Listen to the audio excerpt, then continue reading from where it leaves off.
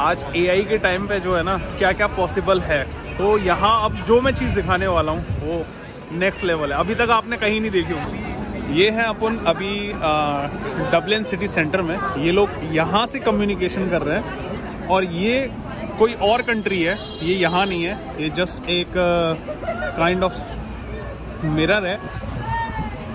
तो जो उस तरफ खड़ा है उनको दिख रहे हैं ये लोग, और जो वहाँ है उनको दिख रहे हैं यहाँ के लोग। तो यहाँ से वो हाई कर रहे हैं और यहाँ से आप हेलो बोल सकते हो। ये देखो, ये बच्ची की इसको बच्ची को बुलाया।